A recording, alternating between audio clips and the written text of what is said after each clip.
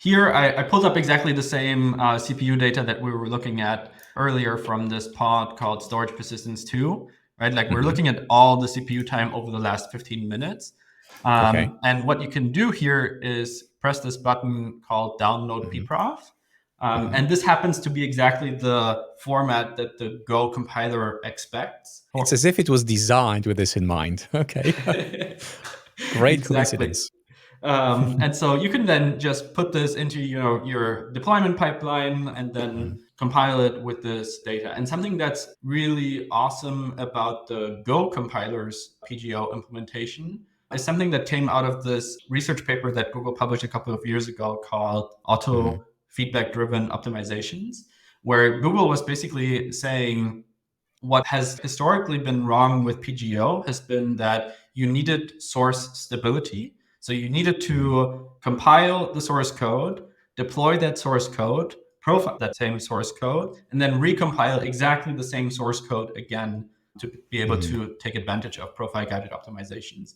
And the way Go's profile guided optimizations work are that source stability is not required, and it kind of just does the best job it possibly can with the data that it does have at hand. It's more complicated than this, but the way that we can think about it is the Go compiler detects this function hasn't changed based on this profiling data that I have. So I am going to apply these optimizations because I'm sure that this code hasn't changed. And it's essentially acknowledging that most code doesn't change all that often. Okay. Well, I have some ideas there as well. And if this was possible, I'm not sure if it was, but anyways, that's exactly what happened. I'm more excited at the end of this than I was at the beginning. And I was very excited at the beginning, but this is like, wow, there's like so many things I want to try and see, what else can I find here? Okay.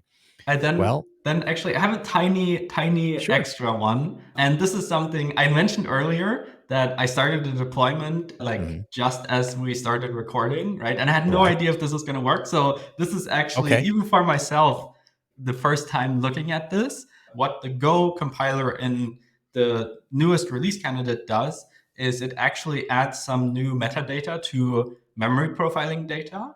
And this is Mhm. exactly the kind of metadata that we need in order to pull up source code for profiling data. And so Okay.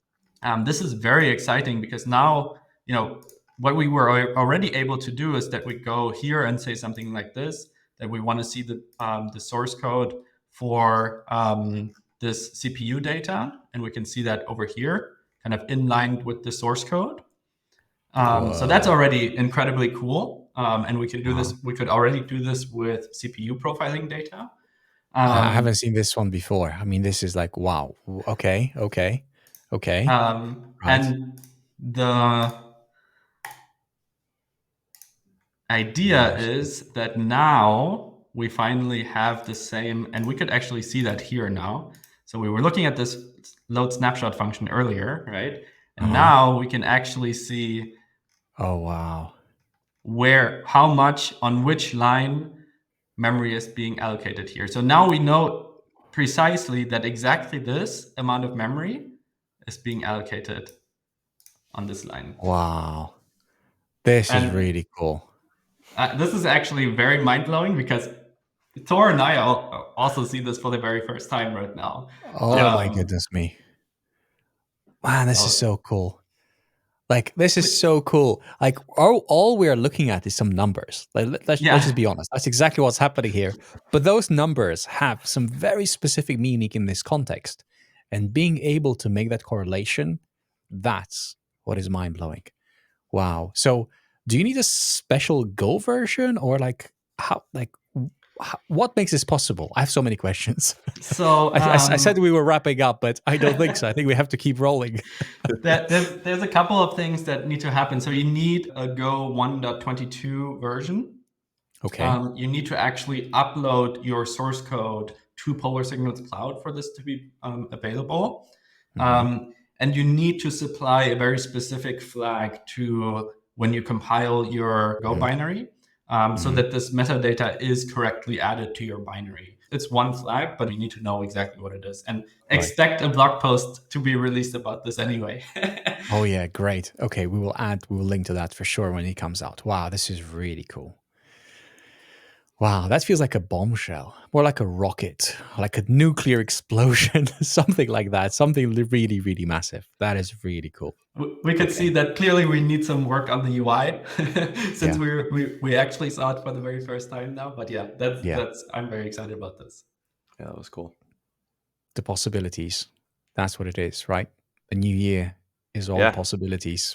I mean, that's what I'm most excited about, is just seeing how much further we can push code with profiling. I just want to see profiling become way more common in a developer's tool belt. Yeah. Hopefully we're producing the tools to make that just a really common tool to reach for. Mm. But yeah, I just hope to see more profiles shared on PRs where people notice things using profiling and are able to optimize and improve. pprof.me. pprof.me. Share your profiles. We need some optimize your code. stickers. That's what we need. Is some t-shirts. If there's going to be swag, people will pprof me. For sure they will. All right. Frederick, Thor, thank you very much. Always a pleasure. These It's only great get to hear. better. There's something there. There's something to be said about these always getting better. Well, until next time. Thank you both. Thanks for having us. Take care.